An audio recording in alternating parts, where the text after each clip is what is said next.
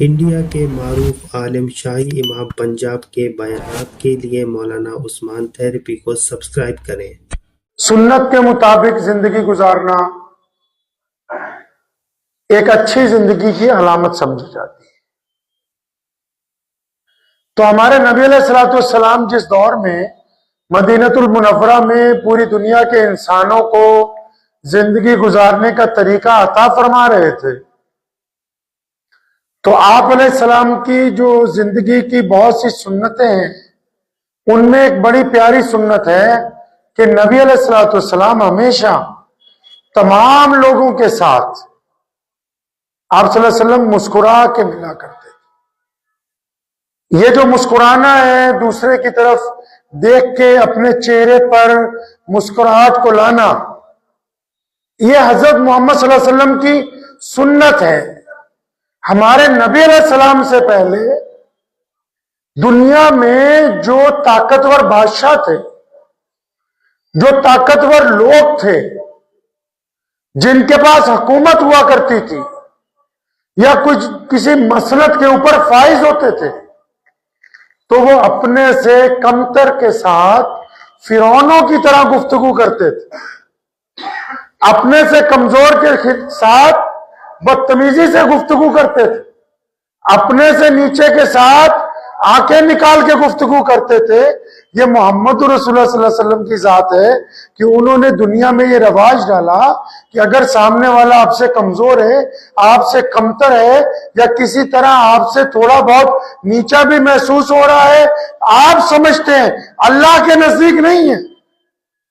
نبی علیہ السلام نے ہمیں یہ سمجھایا کہ آپ سمجھتے ہیں کہ وہ دوسرا آپ سے کمزور ہے، آپ سے کمتر ہے، اللہ کے نزدیک نہیں ہے۔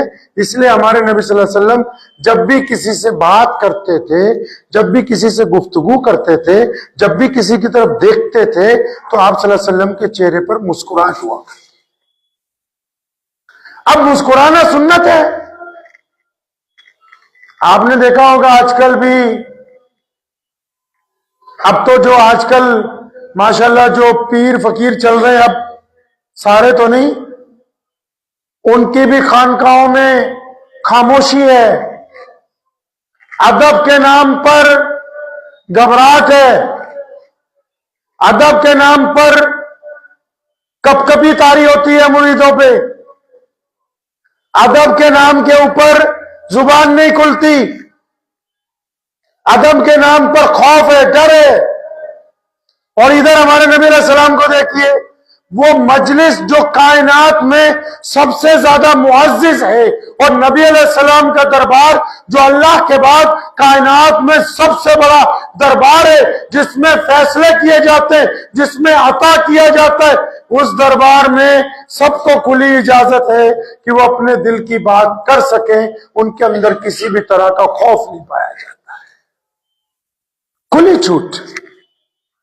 حتیٰ کہ جو چھوٹے موٹے مذاق ہوتے ہیں، ہم لوگوں کی جو ذاتی زندگی، اگر آپ اپنی زندگی کو غور سے دیکھیں گے، تو آپ میں سے جو بندہ اپنے گھر والوں کے ساتھ ہنسی مذاق ہی نہیں کرتا، وہ بندہ تھوڑی ہے، وہ تو بیل ہے، وہ ایک طاقتور اس گھوڑے اور جانور کی طرح ہے جو صبح کو کمانے نکلتا ہے، شام کو لا کے پیسے دے رہا ہے، نہ اس کے دو لفظ مذاق کے اپنی بیوی کے ساتھ ہیں، نہ بچوں کے ساتھ ہیں، نہ دوستوں کے ساتھ ہیں۔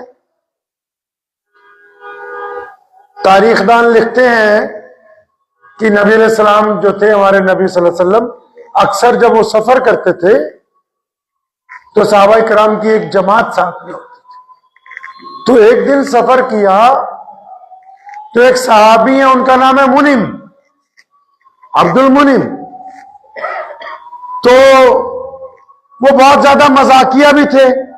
اب یہ جو صحابی ہیں، آپ صلی اللہ علیہ وسلم کہیں رکے تو واکنگ کے لیے، مطلب سیر کرنے کے لیے کسی پہاڑی پر گئے، ابو بکر صدیق ساتھ میں، تو پیچھے سے اس صحابی نے حضرت ابو بکر سے، حضرت بلال سے کہا، بلال یار اتنا کچھ پڑا ہے تیرے پاس، کوئی ستو، کوئی گڑ، کوئی شہد نکال، تھوڑا بہت کھاتے ہیں دونوں مل کے۔ اب حضرت بلال رضی اللہ تعالیٰ نے اسے ڈانٹا، فرمایا نہیں نہیں، اللہ کے نبی علیہ السلام آئیں گے تو اکٹھے کھائیں گے۔ اب بلال بھی اپنی جگہ ٹھیک ہے، اب انہوں نے بلال کو یاد دلایا کہ تو جانتا ہے نا میں کون ہوں. اب بلال رضی اللہ عنہ تو حضور صلی اللہ علیہ وسلم کے پیے تھے. بڑے لوگوں سے تو جن کی دوستی ہوتی ہے دنیاوی اعتبار سے ان کے پاؤں زمین نہیں لگتے. یہ تو نبی علیہ الصلوۃ والسلام کے خادم خاص ہیں، اور ایسے خادم جو رازدار بھی ہیں. تو انہوں نے عبد المنعم نے کہا کہ جانتا نا میں کون ہوں؟ کہتے ہیں ہاں تیرے جیسے بہت دیکھے، چل سائڈ پہ ہو. اب اس نے کیا کیا، قریب میں کوئی قافلہ ٹھہرا ہوا تھا 2-4 کلومیٹر دور، وہاں گیا، ان کے بڑے لوگوں سے ملا، کہنے لگا دیکھو جی میرا ایک غلام ہے، بڑا طاقتور ہے، اٹھا کٹھا ہے، میں نے بیچنا ہے تو 30-40 ہزار دینار کا، لیکن تم اگر 1000 دے دو مجھے ایمرجنسی ہے، بس تم لے لو. اب اس دور میں غلام بکتے تھے. قافلے والوں نے کہا اس سے اچھا کیا ہے، ہٹا کٹا غلام 1000 دینار میں مل رہا ہے. انہوں نے پیمنٹ کی، یہ ان کو ساتھ میں لایا. کہنے لگا دیکھو جب تم اسے پکڑو گے یہ کہے گا کہ میں آزاد ہوں، یقین نہیں کرنا. اب وہ قافلے والے آئے 15-20 لوگ، انہوں نے دیکھ کے خوش ہو گئے اتنا ہٹا کٹا غلام. انہوں نے بلال کو پکڑا، ٹانگیں باندھی. اب یہ کہہ رہے کہ بھائی میں آزاد ہوں. کہتے ہاں تیرے مالک نے کہا تھا کہ تو کہے گا کہ میں آزاد ہوں. تو وہ قافلے والے سے بلال کو باندھ کے لاد کے اب پیچھے صحابہ دوڑے نبی علیہ السلام کے پاس. او یا رسول اللہ، وہ منیم نے بلال کو اٹھوا دیا بھائی. اب نبی علیہ السلام نے ابوبکر صدیق کو بھیجا کہ بھائی چھڑوا کے لا. وہ گئے، پیمنٹ کی، اپنے پاس سے پیسے دیے، بلال رضی اللہ عنہ کو واپس لائے. اب جب مسجد نبوی میں جب بھی کبھی یہ آتے تھے جنہوں نے حضرت بلال کو اٹھوایا تھا تو نبی علیہ السلام بڑے ہنستے اور بلال کو اشارہ کرتے کہتے کیوں یاد ہے یہ وہی ہے، یہ وہی ہے جس نے اٹھوا دیا تھا تجھے. یہ حضور صلی اللہ علیہ وسلم کا اعلیٰ ظرف ہے کہ وہ دنیا کو رنگ دے رہے ہیں جینے کا، جنگ دے رہے ہیں جینے کا، تربیت دے رہے ہیں، ظلم کے خلاف کھڑے ہونے کی ہمت دے رہے ہیں، بیٹیوں کا مقام عطا کر رہے ہیں، انصاف کے تقاضے پورے کر رہے ہیں، بیویوں کا حق سکھا رہے، اولاد کی ذمہ داری نبھانا سکھاتے، میدان جنگ کے اندر بھی کھڑا ہونا سکھاتے ہیں. لیکن ان سارے ماحول کے درمیان جو ان کی مجلس ہے اس میں کسی کے دل میں خوف نہیں ہے، ان کی مجلس میں بندشیں نہیں ہیں، ان کی مجلس میں ادب تو ہے لیکن ادب کے نام کے اوپر کسی کے اوپر کوئی پابندی نہیں لگائی گئی. وہ مسکراتے ہیں. ایک بڑھیا آئی، نبی علیہ السلام بیٹھے ہوئے، یا رسول اللہ صلی اللہ علیہ وسلم مجھے ایک اونٹ چاہیے. آپ صلی اللہ علیہ وسلم نے کہا ٹھیک ہے دے دیتے ہیں. ایک صحابی کو بلایا، فرمایا جاؤ بھاگ کے اونٹ کا ایک بچہ لے کے آؤ. اب وہ بڑھیا آ گئی، یا رسول اللہ صلی اللہ علیہ وسلم مجھے تو اونٹ چاہیے تھا. فرمایا نہیں ہم اونٹ کا بچہ دے سکتے ہیں. کہنے لگے یا رسول اللہ مجھے تو ایک اچھا اونٹ چاہیے جس پر میں سوار ہو کے اپنے گاؤں تک جا سکوں. اتنی دیر میں وہ صحابی ایک طاقتور جوان اونٹ لے کے آئے. اب صلی اللہ علیہ وسلم نے کہا ماں ذرا دیکھ کے بتاؤ یہ اونٹ کا بچہ نہیں ہے تو پھر کس کا بچہ ہے؟ وہ خوش ہوگی جی یا رسول اللہ. آپ صلی اللہ علیہ وسلم اپنی زندگی مبارک میں ہلکا پھلکا مذاق کرتے ہیں، جس کو مزہ کہتے ہیں.